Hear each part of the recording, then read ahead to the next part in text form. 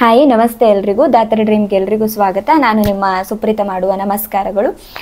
ಇವತ್ತಿನ ಟಾಪಿಕ್ ಏನಂದ್ರೆ ಗ್ರಹಗಳ ದೃಷ್ಟಿ. This is also very important concept that will help you understand your horoscope better. Okay, ಗ್ರಹಗಳ ದೃಷ್ಟಿ ಅಂದ್ರೆ ಏನು? ಈಗ ಒಂದು ಆಫೀಸ್ ಇದೆ, ಆಫೀಸಲ್ಲಿ ನೀವು ವರ್ಕ್ ಮಾಡ್ತಾ ಇರ್ತೀರಾ, ನಿಮ್ಮ ಪಾಡಿಗೆ ನೀವು ವರ್ಕ್ ಮಾಡ್ತಾ ಇರ್ತೀರಾ. ಆಗ ನಿಮ್ಮ ಮ್ಯಾನೇಜರ್ ಚೇಂಬರ್ ಇಂದ ಹೊರಗಡೆ ಬಂದು ನಿಮ್ಮನ್ನು ಅಬ್ಸರ್ವ್ ಮಾಡ್ತಾ ಇದ್ದಾರೆ ಅನ್ಕೊಳ್ಳಿ. ಆಗ ನೀವು ಎಷ್ಟೇ ಚೆನ್ನಾಗಿ ಕೆಲಸ ಮಾಡ್ತಾ ಇದ್ರು ಮ್ಯಾನೇಜರ್ ನೋಡ್ತಾ ಇದ್ದಾರೆ ಅಂತ ಸ್ವಲ್ಪ ಡಿಸ್ಟರ್ಬ್ ಆಗ್ತೀರಾ, ಸ್ವಲ್ಪ ಕೇರ್ಫುಲ್ ಆಗಿ ಮಾಡ್ಲಿಕ್ಕೆ ಟ್ರೈ ಮಾಡ್ತೀರಾ. ಸಿಂಪಲ್ ಆಗಿ ಈಸಿಯಾಗಿ ಮಾಡ್ಬೇಕಾದಂತಹ ಕೆಲಸ ಸಹ ಮಾಡ್ಲಿಕ್ಕೆ ಆಗಲ್ಲ. ಅಂದ್ರೆ ಬೇರೆ ಯಾರೋ ನಮ್ಮನ್ನು ನೋಡುವುದ್ರಿಂದ, ನಮ್ಮ ಮೇಲೆ ಅಟೆನ್ಷನ್ ಇಡುವುದ್ರಿಂದ ನಮ್ಮ ಮೈಂಡ್ ಸ್ವಲ್ಪ ಕಾಲ ಡಿಸ್ಟರ್ಬ್ ಆಗುತ್ತೆ. ಅಂದ್ರೆ ಯಾರೋ ನಮ್ಮನ್ನು ಅಬ್ಸರ್ವ್ ಮಾಡ್ತಾ ಇದ್ದಾಗ ಸ್ವಲ್ಪ ಕೇರ್ಫುಲ್ ಆಗಿ ಇರುವ ಅನ್ನುವ ರೀತಿಯಲ್ಲಿ ಅಟೆನ್ಷನ್ ಬಂದ್ಬಿಡುತ್ತೆ. ಅದೇ ರೀತಿ ಈ 9 ಗ್ರಹಗಳಿಗೂ ಸಹ ಈ ದೃಷ್ಟಿ ಅನ್ನುವುದು ಪ್ರತಿಯೊಂದು ಕಡೆ ಕೆಲಸ ಮಾಡುತ್ತೆ. ಬಟ್ ಇಲ್ಲಿ ಒಳ್ಳೆ ದೃಷ್ಟಿನೂ ಇರುತ್ತೆ, ಕೆಟ್ಟ ದೃಷ್ಟಿನೂ ಇರುತ್ತೆ. ಅಪೋಸಿಟ್ ಪರ್ಸನ್ ಒಳ್ಳೆ ಮನಸ್ಸಿನಿಂದನೂ ನೋಡಬಹುದು, ಅದೇ ಒಬ್ಬ ಕೆಟ್ಟ ಮನಸ್ಸಿನ ವ್ಯಕ್ತಿ ನಿಮ್ಮನ್ನು ಕೆಟ್ಟ ದೃಷ್ಟಿಯಿಂದನೂ ನೋಡಬಹುದು. ಫಾರ್ ಎಕ್ಸಾಂಪಲ್, ಯಾವುದೋ ಒಬ್ಬ ವ್ಯಕ್ತಿನ ದಿಟ್ಟಿಸಿ ನೋಡ್ತಾ ಇದ್ರೆ ತಕ್ಷಣ ಆ ವ್ಯಕ್ತಿಯ ಮನಸ್ಸಿನಲ್ಲಿ ಬೇರೆ ಬೇರೆ ಭಾವನೆಗಳು ಬರಲಿಕ್ಕೆ ಶುರು ಆಗುತ್ತೆ. ಅಪರಿಚಿತ ವ್ಯಕ್ತಿ ನಿಮ್ಮನ್ನು ದಿಟ್ಟಿಸಿ ನೋಡ್ತಾ ಇದ್ರೆ ಯಾಕೆ ನೋಡ್ತಾ ಇದ್ದಾನೆ, ಇವನು ಏನು ಉದ್ದೇಶದಿಂದ ನೋಡ್ತಾ ಇದ್ದಾನೆ ನಮ್ಮನ್ನು? ನನ್ನದು ಯಾವ್ದಾದ್ರು ಥಿಂಗ್ಸ್ ಮೇಲೆ ಕಣ್ಣಿಟ್ಟಿದಾನ, ಅಥವಾ ನಂಗೇನಾದ್ರೂ ಹಾರ್ಮ್ ಮಾಡ್ತಾನ? ಏನೋ ಕೆಟ್ಟ ಕೆಟ್ಟ ವಿಚಾರಗಳು ನಮ್ಮ ಮನಸ್ಸಿಗೆ ಬರ್ಲಿಕ್ಕೆ ಶುರು ಆಗುತ್ತೆ ಆ ವ್ಯಕ್ತಿ ದಿಟ್ಟಿಸಿ ನೋಡ್ತಾ ಇದ್ದುದರಿಂದ, ಅಲ್ವಾ? ಅದೇ ರೀತಿ 9 ಗ್ರಹಗಳಿಗೂ ಮೊದಲನೆಯ ದೃಷ್ಟಿ, ಸಂಪೂರ್ಣ ದೃಷ್ಟಿ ಬಂದು ಸಪ್ತಮ ದೃಷ್ಟಿ.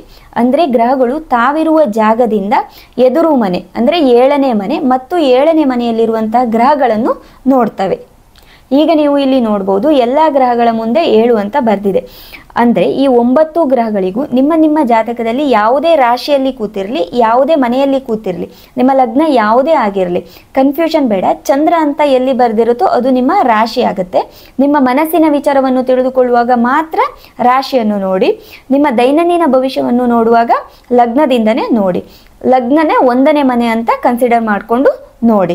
ಈಗ ಈ ಗ್ರಹಗಳ ದೃಷ್ಟಿ ನೋಡುವಾಗ ಆ ಗ್ರಹ ಯಾವ ಮನೆಯಲ್ಲಿದೆ ಆ ಮನೆಯನ್ನು 1 ಅಂತ ಪರಿಗಣಿಸಬೇಕು. ಅಲ್ಲಿಂದ 7ನೇ ದೃಷ್ಟಿ. ಈ ಸ್ಯಾಂಪಲ್ ಜಾತಕದಲ್ಲಿ ಇವರಿಗೆ ಸಿಂಹ ಲಗ್ನ ಅಲ್ವಾ? ಸೂರ್ಯ ಎಲ್ಲಿದ್ದಾನೆ?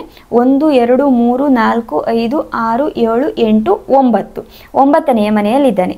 ಸೂರ್ಯ ತಾನು ಕೂತಿರ್ತಕ್ಕಂಥ ಜಾಗದಿಂದ 7ನೇ ದೃಷ್ಟಿ ಅಂದ್ರೆ 1 2 3 4 5 6 7 ತುಲಾ ರಾಶಿಯನ್ನು ನೋಡ್ತಾನೆ. ಇವರಿಗೆ ಸಿಂಹ ಲಗ್ನ ಆಗಿರುವುದರಿಂದ 3ನೇ ಮನೆಯನ್ನು ನೋಡ್ತಾನೆ. ಅದೇ ಕನ್ಯಾ ಲಗ್ನ ಆಗಿದ್ರೆ 2ನೇ ಮನೆ ಆಗುತ್ತೆ, ತುಲಾ ಲಗ್ನ ಆಗಿದ್ರೆ 1ನೇ ಮನೆ ಆಗುತ್ತೆ. ಸೊ ಯಾವುದೇ ಲಗ್ನ ಆಗಿರ್ಲಿ, ಈ ಸೂರ್ಯ ಎಲ್ಲಿ ಕೂತಿರ್ತಾನೆ ತನ್ನ ಜಾಗದಿಂದ ಅಪೋಸಿಟ್ ಅಂದ್ರೆ 7ನೇ ಮನೆಯನ್ನು ನೋಡ್ತಾನೆ. ಅರ್ಥ ಆಯ್ತಲ್ಲ? ಇಲ್ಲಿ ಸೂರ್ಯ ಚಂದ್ರ ಶುಕ್ರ ಬುಧ ಈ 4 ಗ್ರಹಗಳಿಗೆ ಒಂದೇ ಸಂಪೂರ್ಣ ದೃಷ್ಟಿ ಇರುವುದು, ಅದು ಸಪ್ತಮ ದೃಷ್ಟಿ. ಅಂದ್ರೆ ತಾನು ಕೂತಿರುವ ಜಾಗದಿಂದ ಯಾವುದೇ ಲಗ್ನ ಆಗಿರ್ಲಿ, ನಿಮ್ಮ ನಿಮ್ಮ ಜಾತಕದಲ್ಲಿ 12 ಮನೆಗಳಲ್ಲಿ ಯಾವುದೇ ಮನೆಯಲ್ಲಿ ಕೂತಿರ್ಲಿ, ಆ ಜಾಗದಿಂದ ಅಪೋಸಿಟ್ 7ನೇ ಮನೆಯನ್ನು ನೋಡ್ತಾರೆ.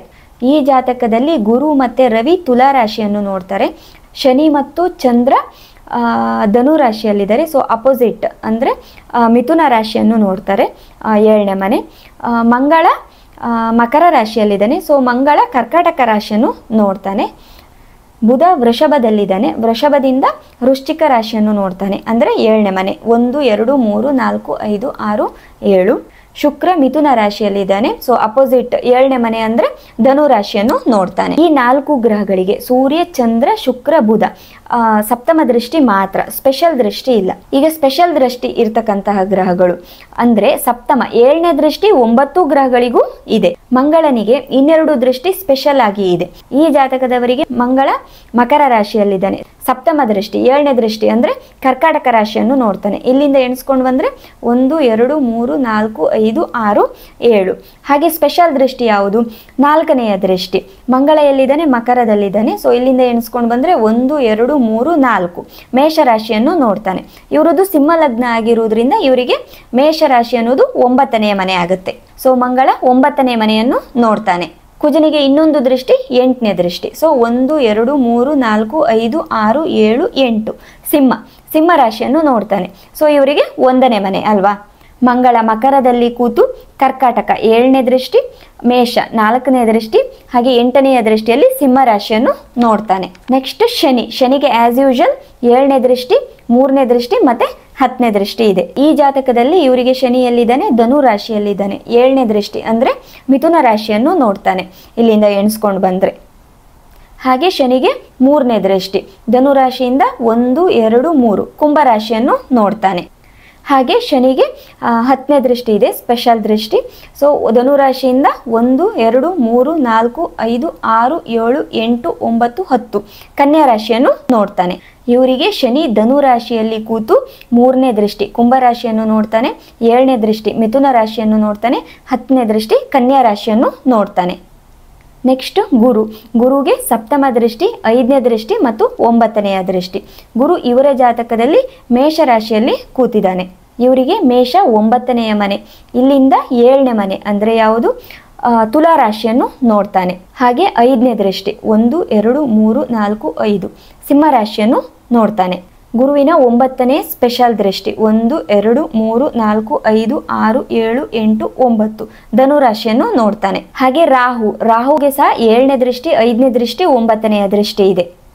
ಓಕೆ, ರಾಹು ಎಲ್ಲಿದ್ದಾನೆ? ರಾಹು ಕುಂಭದಲ್ಲಿ ಕೂತಿದ್ದಾನೆ, 7ನೇ ದೃಷ್ಟಿ. ಇಲ್ಲಿ ಒಂದು ವಿಚಾರ ಏನಂದ್ರೆ ಬೇರೆ ಎಲ್ಲ ಗ್ರಹಗಳಿಗೂ ಕ್ಲಾಕ್ ವೈಸ್ ಅಲ್ಲಿ ನೋಡಬೇಕು, ಆದರೆ ರಾಹು ಮತ್ತೆ ಕೇತು ಆಂಟಿ ಕ್ಲಾಕ್ ವೈಸ್ ಹಿಮ್ಮುಖವಾಗಿ ಸುತ್ತುತ್ತಾರೆ ಜಾತಕದಲ್ಲಿ. ಉಳಿದ 7 ಗ್ರಹಗಳು ಕ್ಲಾಕ್ ವೈಸ್ ಅಲ್ಲಿ ಸುತ್ತುತ್ತಾರೆ, ರಾಹು ಮತ್ತೆ ಕೇತು ಆಂಟಿ ಕ್ಲಾಕ್ ವೈಸ್ ಉಲ್ಟ ಸುತ್ತುತ್ತವೆ.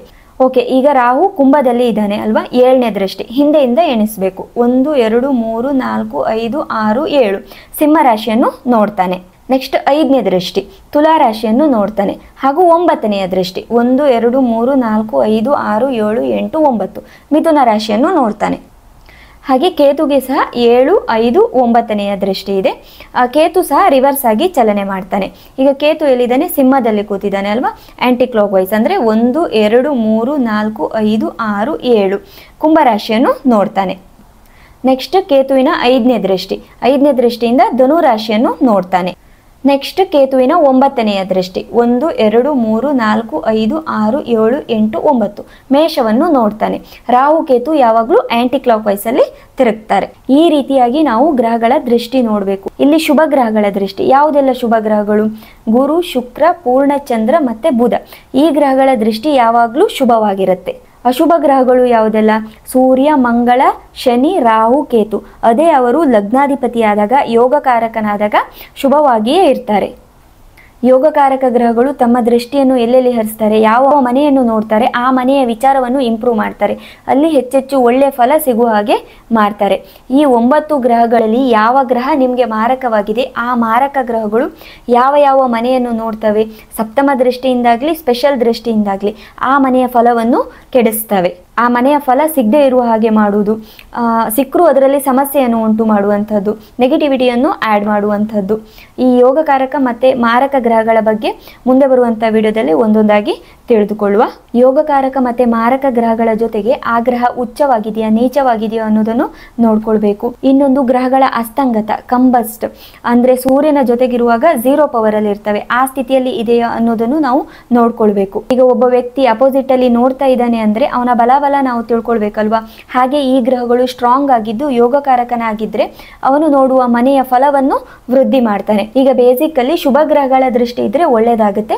ಅದರಲ್ಲೂ ಗುರು ಗ್ರಹ ಯಾವುದೇ ಮನೆ ಅಥವಾ ರಾಶಿಯನ್ನು ದೃಷ್ಟಿ ಮಾಡಿದ್ರೆ ಅಲ್ಲಿನ ಸಮಸ್ಯೆಯನ್ನು ನಿವಾರಣೆ ಮಾಡ್ತಾನೆ, ಒಳ್ಳೇದಾಗುತ್ತೆ, ಶುಭ ಆಗುತ್ತೆ. ಹಾಗೆ ಅಶುಭ ಗ್ರಹಗಳ ದೃಷ್ಟಿ ಇದ್ದಾಗ ಆ ಮನೆಯ ಫಲ ನಮಗೆ ಸಿಗುವುದರಲ್ಲಿ ಸಮಸ್ಯೆ ಆಗುತ್ತೆ. ಈಗ ಇಷ್ಟು ತಿಳ್ಕೊಂಡ್ರೆ ಸಾಕು. ಓಕೆ, ಇದಿಷ್ಟು ಗ್ರಹಗಳ ದೃಷ್ಟಿ ಬಗ್ಗೆ, ಯಾವ ಯಾವ ಗ್ರಹಗಳಿಗೆ ಯಾವ ಯಾವ ದೃಷ್ಟಿ ಇದೆ ಅನ್ನೋದನ್ನು ತಿಳ್ಕೊಂಡ್ರಿ ಅಲ್ವಾ. ಸೊ ಮುಂದಿನ ವಿಡಿಯೋದಲ್ಲಿ ಇನ್ನೊಂದು ಟಾಪಿಕ್ ಬಗ್ಗೆ ತಿಳ್ಕೊಳ್ಳುವ. ಈ ವಿಡಿಯೋನ ಇಲ್ಲಿಗೆ ಮುಗಿಸ್ತಾ ಇದ್ದೇನೆ. ಎಲ್ರಿಗೂ ಒಳ್ಳೆಯದಾಗಲಿ.